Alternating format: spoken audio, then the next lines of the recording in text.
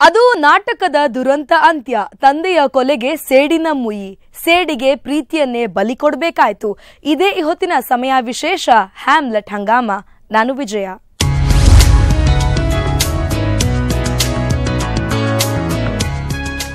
ಅತೃಪ್ತ ಆತ್ಮ ಹೊಂದಿದ್ದ ಅಸ್ತವ್ಯಸ್ತ ಸ್ಥಿತಿಯಲ್ಲಿ ತನ್ನ ಭಗ್ನ ದೇಹಕ್ಕೆ ಕತ್ತಿಯಲ್ಲಿ ಇರಿದುಕೊಂಡು ಹ್ಯಾಮ್ಲೆಟ್ ಮತ್ತೆ ಸತ್ತ. ಶೇಕ್ಸ್ಪಿಯರ್ನ ಅತ್ಯಂತ ಜನಪ್ರಿಯ ನಾಟಕ ಹ್ಯಾಮ್ಲೆಟ್ ಉಪಸಂಹಾರಗೊಳ್ಳೋದು ಹೀಗೆ. ಹನುಮಂತನಗರದ ಕೆಎಚ್ ಕಲಾಸೌಧದಲ್ಲಿ ಹ್ಯಾಮ್ಲೆಟ್ ನಾಟಕ ಪ್ರೇಕ್ಷಕರನ್ನ ಕುರ್ಚಿಯ ತುದಿಯಲ್ಲಿ ತಂದು ಕೂರಿಸಿತ್ತು. ಬೆಂಗಳೂರಿನಲ್ಲಿ ನಾಟಕಗಳು ನಡೆಯೋದೇ ಕಡಿಮೆ.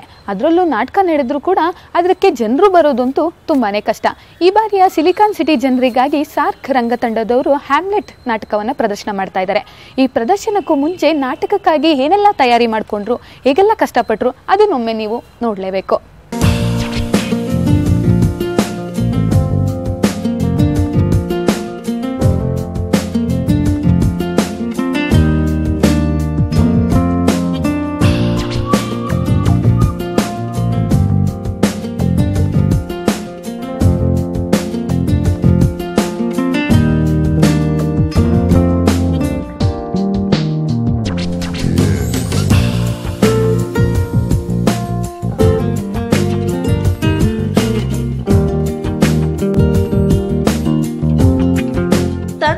ಕುತಂತ್ರ ಷಡ್ಯಂತ್ರಗಳ ರಾಜಕಾರಣದಲ್ಲಿ ಹ್ಯಾಮ್ಲೆಟ್ನ ನವಿರಾದ ಪ್ರೀತಿಯು ಬಣ್ಣ ಕಳೆದುಕೊಳ್ಳುತ್ತೆ.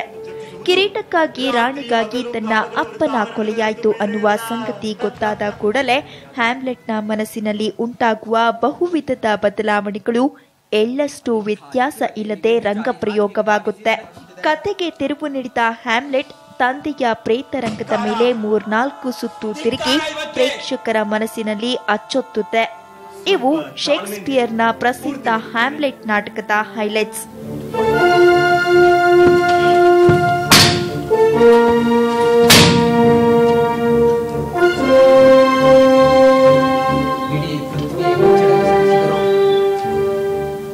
ಮನುಷ್ಯ ಕಣ್ಣುಗಳಿಂದ ದುಷ್ಕೃತ್ಯ ಹೇಳುವುದು ಗೊತ್ತಿರದ ಅಪರಿಚಿತ ಕಥೆಗಳಿಂದ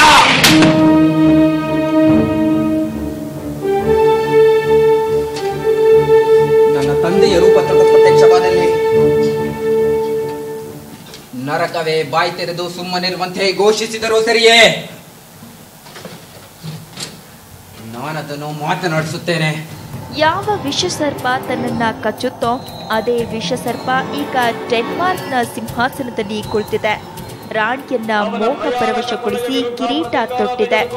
ಈ ಸಂಚಿಗೆ ತಾನು ಬಲಿಯಾದೆ, ಈ ಸೇಡಿಗೆ ನೀನು ತಕ್ಕ ಪ್ರತ್ಯುತ್ತರ ನೀಡು ಅಂತ ಆದೇಶ ನೀಡುವ ಭೂತ ಹ್ಯಾಮ್ಲೆಟ್ನ ತಂದೆ ಡೆನ್ಮಾರ್ಕ್ನ ಮಾಜಿ ಪ್ರಭು. ಅಂತ ಕ್ಲಾಡಿಯಾಸ್ ಅನ್ನುವ ಹೊಸ ಅರಸ ಡೆನ್ಮಾರ್ಕ್ನ ಸಿಂಹಾಸನವನ್ನ ಅಲಂಕರಿಸುತ್ತಿರ್ತಾನೆ.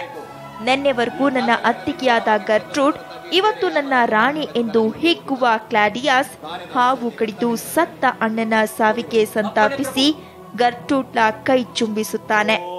ಈ ಎರಡೂ ದೃಶ್ಯಗಳು ಒಂದೇ ವೇದಿಕೆಯಲ್ಲಿ ಒಂದೇ ಸಂದರ್ಭದಲ್ಲಿ ಪ್ರದರ್ಶಿಸಿದ್ದು ನಾಟಕದ ಗಾಂಭೀರ್ಯತೆಯನ್ನ ಹೆಚ್ಚಿಸಿ ಕಥೆಯ ನಿರೂಪಣೆಯನ್ನ ಸುಗಮಗೊಳಿಸಿತು. ರಾಜನ ಶಯ್ಯಾಗೃಹದಲ್ಲಿ ವ್ಯಭಿಚಾರದ ಕುಳುಕು ವಿಲಾಸ ತುಂಬುವುದನ್ನು ನೋಡಿ ಸುಮ್ಮನಿರಬೇಡ. ಆದರೆ ಮಗನೇ, ನೀನು ಹೇಗೆ ಪ್ರತೀಕಾರಕ್ಕೆ ನುಗ್ಗಿದರೂ ನಿನ್ನ ಮನಸ್ಸು ನಿನ್ನ ಅಮ್ಮನ ಕುರಿತು ಕಹಿಯಾಗದಿರಲಿ. ಅವಳನ್ನು ದೇವರಿಗೆ ಚುಚ್ಚಿ ಕಾಡುವ ಅವಳ ಅಂತರಾತ್ಮಕ್ಕೆ ಒಪ್ಪಿಸು. ನಾನೀಗ ತೆರಳಬೇಕು. ನಮಸ್ಕಾರ. ನಾನೀಗ ತೆರಳಬೇಕು. ಯೂಶಲಿ ಎಲ್ಲ ನಾಟಕಗಳಲ್ಲೂ ಸಂಗೀತ ಅಷ್ಟು ಪ್ರಾಮುಖ್ಯತೆ ಪಡ್ಕೊಳ್ಳಲ್ಲ. ಆದರೆ ಈ ಒಂದು ನಾಟಕದಲ್ಲಿ ಸಂಗೀತನೂ ಕೂಡ ಒಂದು ಪ್ಯಾರಲಲ್ ಆಗಿ ಓಡ್ತಾ ಇರುತ್ತೆ. ಯಾಕೆಂದರೆ ಇದು ಒಂದು ಐತಿಹಾಸಿಕ ನಾಟಕ, ಹಾಗೆ ಕೂಡ ಒಂದು ರಾಜಮನೆತನದ್ದು ಶೇಕ್ಸ್ಪಿಯರ್ ಅವರ ಹ್ಯಾಮ್ಲೆಟ್ ಆಗಿರೋದ್ರಿಂದ ರಾಜಮನೆತನದ್ದು ಇರೋದ್ರಿಂದ ಅದರಲ್ಲಿ ಸಂಗೀತ ಬಹಳಷ್ಟು ಪ್ರಾಮುಖ್ಯತೆಯನ್ನು ಪಡ್ಕೊಳ್ಳುತ್ತೆ. ತಂದೆಯ ಸಾವಿನ ಹಿಂದಿದ್ದ ಸಂಚನ್ನ ಅರಿತ ಹ್ಯಾಮ್ಲೆಟ್ ಆ ಕ್ಷಣದಲ್ಲಿ ಅನುಭವಿಸುವ ಚಿತ್ರಹಿಂಸೆ, ಸೇಡಿನ ಉರಿ, ಪ್ರತಿಕಾರದ ಜ್ವಾಲೆ, ವಿಶ್ವಾಸದ್ರೋಹದ ಕಂಪನ, ಪಿತೃವಾಕ್ಯ ಪರಿಪಾಲನೆಯ ಕರ್ತವ್ಯ ಇವೆಲ್ಲವೂ ಯಥಾವತ್ತು ಶೇಕ್ಸ್ಪಿಯರ್ನ ಹ್ಯಾಮ್ಲೆಟ್ ನಾಟಕದ ಹಿಂದಿನ ರಂಗ ಪ್ರಯೋಗಗಳಂತೆ ಮೂಡಿ ಬಂದಿದೆ. ತಂತ್ರಕ್ಕೊಂದು ಪ್ರತಿತಂತ್ರ ಹೆಣೆಯುವ ಹ್ಯಾಮ್ಲೆಟ್ ಪ್ರಯತ್ನದ ಹಿಂದಿನ ತಲ್ಲಣ, ಹೆಣಕಾಟ ಹಾಗೂ ಒದ್ದಾಟಗಳು ನಾಟಕದ ಕೆಲ ದೃಶ್ಯಗಳಲ್ಲಿ ಮನೋಜ್ಞವಾಗಿ ಮೂಡಿಬಂದಿದೆ. ಮತ್ತು ಕೆಂಪಾಗಿದ್ದ ಕಣ್ಣುಗಳು ಶುಭ್ರವಾಗುವ ಮೊದಲು ಮದುವೆಯಾದಳು. ಶೀಘ್ರವೇ ಅದೆಂಥ ಚತುರತೆಯಲ್ಲಿ ವ್ಯಭಿಚಾರಿ ಹಾಸಿಗೆಗೆ ಧಾವಿಸಿ ನನ್ನ ಚಿಕ್ಕಪ್ಪನನ್ನು ಮದುವೆಯಾದಳು. ಇಲ್ಲ, ಇದರಿಂದ ಒಳಿತಿಲ್ಲ, ಒಳಿತು ಹುಟ್ಟುವುದೂ ಇಲ್ಲ. ಮಗು ಹ್ಯಾಮ್ಲೆಟ್, ಮರೆಯದಿರು, ನಿನ್ನ ತಂದೆಯ ಮಾತನ್ನ ಮರೆಯದಿರು. ನಿನ್ನ ಚಿಕ್ಕಪ್ಪನ ವಿರುದ್ಧ ಪ್ರತೀಕಾರ ತೆಗೆದುಕೋ.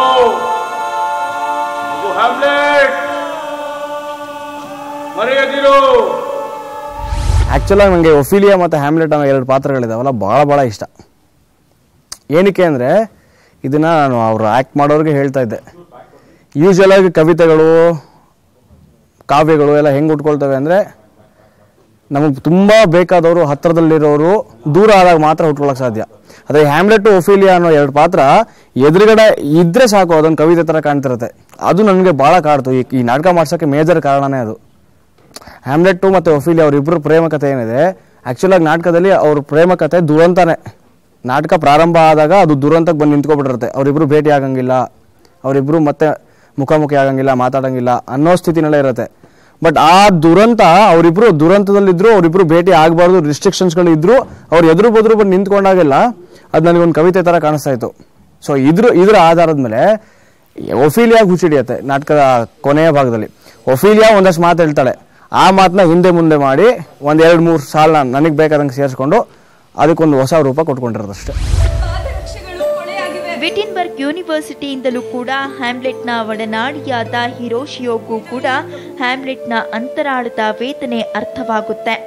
ಹುಚ್ಚನಂತೆ ನಟಿಸಿ ಸೇಡು ತೀರಿಸಿಕೊಳ್ಳುವ ತನ್ನ ಕಾರ್ಯತಂತ್ರವನ್ನ ಹ್ಯಾಮ್ಲೆಟ್ ಹಿರೋಶಿಯೋ ಬಳಿ ಹೇಳಿಕೊಳ್ಳುವ ಪ್ರಸಂಗ ಇಡೀ ಪ್ರಸಂಗಕ್ಕೆ ಜೀವಂತ ಸಾಕ್ಷಿಯೊಂದರ ಸೃಷ್ಟಿಯಂತೆ ಗೋಚರಿಸುತ್ತೆ. ಕೊನೆಗೆ ಹ್ಯಾಮ್ಲೆಟ್, ಓಫಿಲಿಯಾ, ಕ್ಲಾಡಿಯಾಸ್, ಗರ್ಟ್ರೂಡ್, ಫೆಲೋನಿಯಸ್, ಲಾಟೆಸ್ ಎಲ್ಲರೂ ಕೂಡ ಸತ್ತಾಗ ಇಡೀ ವೃತ್ತಾಂತಕ್ಕೆ ಸಾಕ್ಷಿಯಾಗಿ ಉಳಿಯುವ ಏಕೈಕ ವ್ಯಕ್ತಿ ಹಿರೋಶಿಯೋ ಮಾತ್ರ.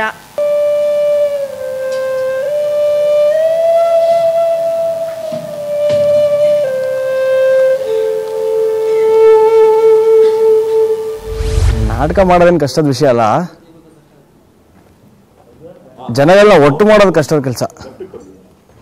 ಜನಗಳನ್ನ ಒಟ್ಟು ಮಾಡೋದು ಕಷ್ಟ ಅಲ್ಲ, ಅವ್ರಗಳ ಜೊತೆ ನಾನು ಕೆಲಸ ಮಾಡೋದು ಕಷ್ಟ, ನನ್ನ ಜೊತೆ ಅವ್ರು ಕೆಲಸ ಮಾಡೋದು ಕಷ್ಟ ಆಗುತ್ತೆ. ಅಂದರೆ ಈಗ ಏನು ಪ್ರಾಬ್ಲಮ್ ಅಂತಂದರೆ ನಾಟಕ ಅಂತ ಬಂದಾಗ ಏನು ಪ್ರಾಬ್ಲಮ್ ಆಗುತ್ತೆ ಅಂದರೆ ಆಪ್ಷನಲ್ ಆಗಿ ಇಟ್ಕೋತಾರೆ ಪ್ರತಿಯೊಬ್ಬರು.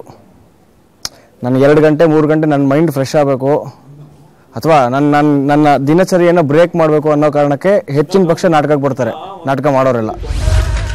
ನಾಟಕದ ಮಧ್ಯೆ ಬರುವ ನಾಟಕಕಾರರ ಪಾತ್ರ ಹ್ಯಾಮ್ಲೆಟ್ ಕಥೆಗೆ ತಾರ್ಕಿಕ ಅಂತ್ಯ ಒದಗಿಸುವ ಮಾಧ್ಯಮವಾಗುತ್ತೆ. ಅಂತ್ಯದಲ್ಲಿ ಹ್ಯಾಮ್ಲೆಟ್ನ ಸೂಚನೆಯಂತೆ ಅವನ ತಂದೆಯ ಸಾವಿನ ಪ್ರಸಂಗವನ್ನ ಅಭಿನಯಿಸುವ ಈ ಮೂಲಕ ಕ್ಲಾಡಿಯಾಸ್ ಗರ್ಟ್ರೂಡ್ರ ಆತ್ಮಸಾಕ್ಷಿಯನ್ನ ಕಲಕುವ, ಕೊನೆಗೆ ಪ್ರತ್ಯುತ್ತರ ತೀರಿಸಿಕೊಳ್ಳಲು ಹಚ್ಚುವ ಕಿಡಿಯಂತೆ ಗೋಚರಿಸುತ್ತೆ. ರಂಗಾಸಕ್ತರು ಒಮ್ಮೆ ನೋಡಲೇಬೇಕಾದ ನಾಟಕ ಹ್ಯಾಮ್ಲೆಟ್. ಆದರೆ ಅಸಲಿಗೆ ಯುವರಾಜ ಹ್ಯಾಮ್ಲೆಟ್ನ ಉದ್ದೇಶ ಈಡೇರುತ್ತಾ?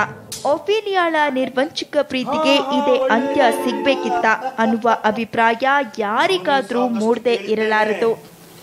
ನಿಜ ಹೇಳು ಒಫಿಲಿಯಾ, ಏನದು ನಿಮ್ಮ ಮಧ್ಯೆ ನಡೆಯುತ್ತಿರುವುದು?